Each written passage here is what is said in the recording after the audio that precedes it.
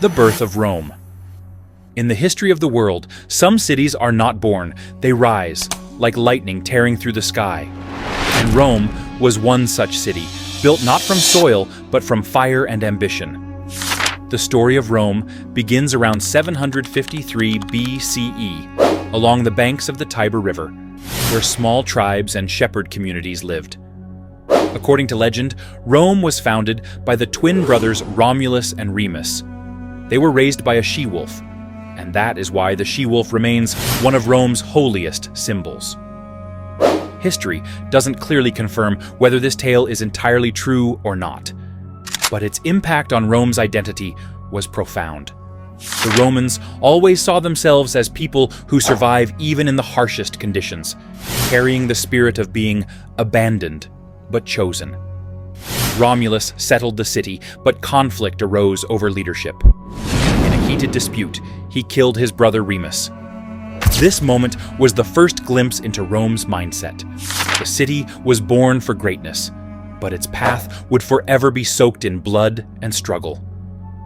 After this, Rome absorbed technology, religion, and culture from the Etruscans. Gradually, walls rose around the city, markets flourished, and soldiers were trained. Rome was becoming a synthesis of discipline and life. Rome's first 7 kings created stability. Roads were built, laws strengthened, and the army became more organized. But over time, one problem grew.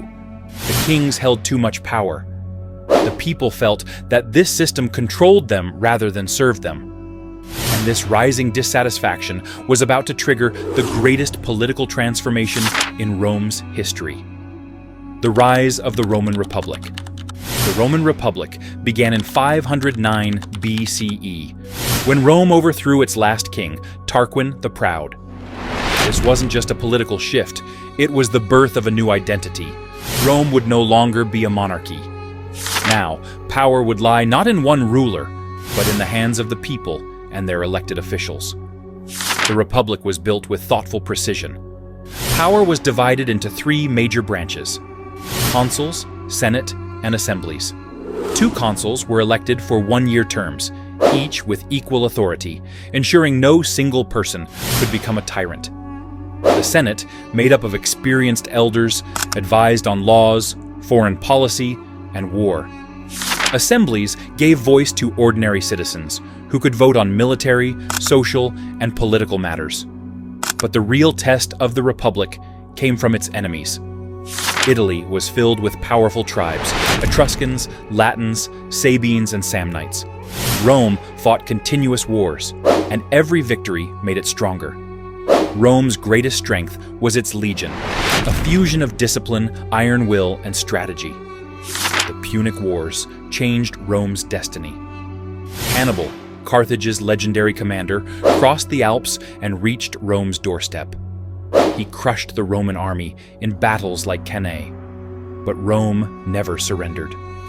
Eventually, at the Battle of Zama, Scipio Africanus defeated Hannibal. After this, Rome became the greatest power in the Mediterranean. But the stronger Rome grew from the outside, the deeper the cracks grew within. The crisis within. As Rome expanded, so did its wounds. Victories brought limitless wealth and land, but little of it reached ordinary citizens. The rich grew richer, while poor soldiers, who had fought Rome's wars, returned home empty-handed. This was the first great fire, burning inside the Republic. The Gracchus brothers, Tiberius and Gaius, tried to stop this injustice. They proposed distributing land to the poor. The wealthy senators saw this as a war against them. The result? Both brothers were murdered in the streets. This marked the beginning of political violence in the Republic. Next came the Marian reforms, which allowed the poor to join the army. At first, this seemed beneficial, but it created a new danger.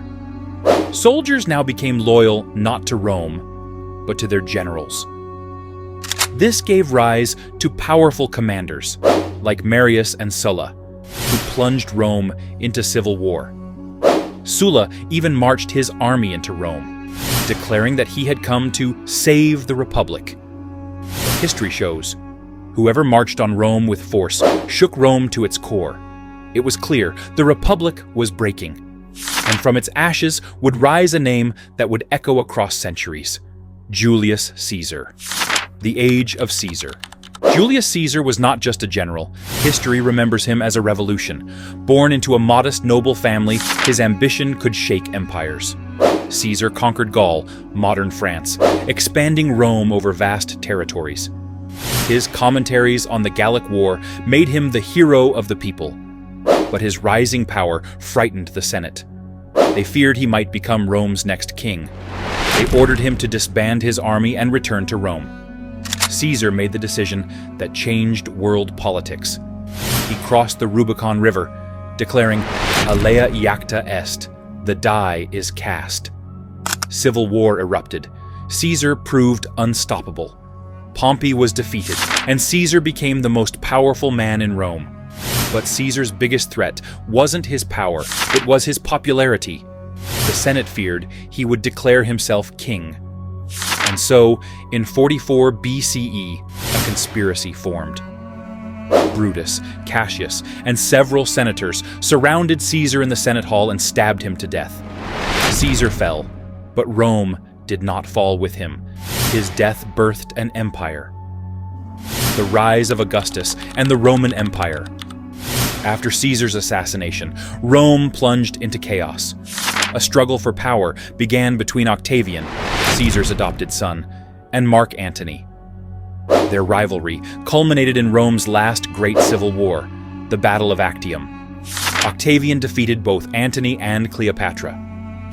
Now, Rome's future lay in the hands of one man.